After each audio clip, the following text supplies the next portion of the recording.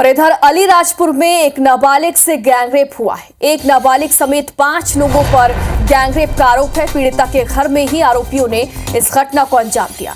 मां की शिकायत पर पुलिस ने एफआईआर दर्ज कर ली है। देर रात पुलिस ने 5 आरोपियों को हिरासत में लिया। कोतवाली थाने के बोरकुआ गांव की यह घटना बताई जा रही है, जहां पर एक नाबालिग के घर में ही उसके साथ गैंगरेप किया गया, जिसमें एक नाबालिग समेत 5 लोग शामिल हैं।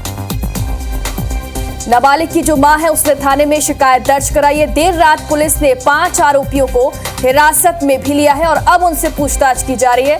बोरकुआ गांव की ये घटना बताई जा रही है, जहां पर एक नाबालिग के साथ गैंगरेप हुआ।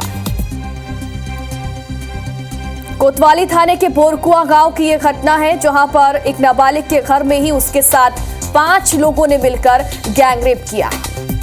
हालांकि पुलिस ने 5 ही लोगों को गिरफ्तार कर लिया है और अब उनसे पूछताछ की जा रही है। इन्हें हिरासत में लिया गया है।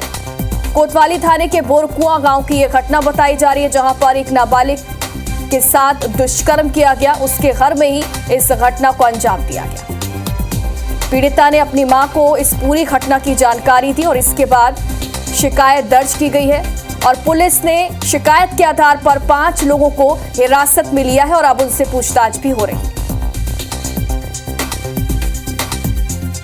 ज्यादा जानकारी के लिए हमारे सहयोगी वैभव हमारे साथ जुड़ गए।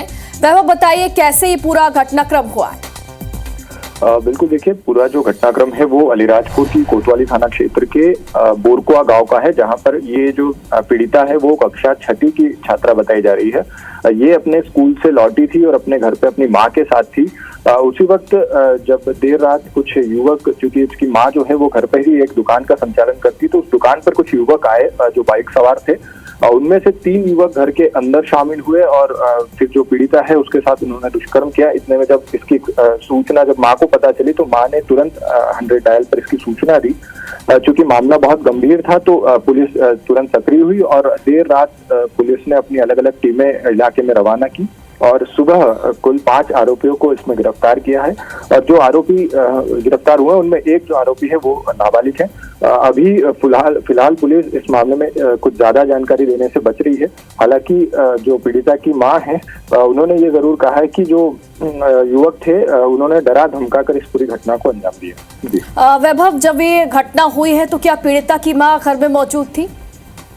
बिल्कुल, देखिए, घर के बाहर ही पीड़िता की मां एक दुकान का संचालन करती है और घटना जो हुई है वो घर के अंदर हुई है। तो ये जो जिस तरह का परिदृश्य बना है उसमें मां जो है वो दुकान के काम में व्यस्त थी और इसी बीच आरोपियों ने मौके का फायदा उठाकर घर के अंदर जो पीड़िता है उसके साथ दुष्कर्म को अंजाम दिया। शुक्रिया आपका तमाम जानकारी के लिए।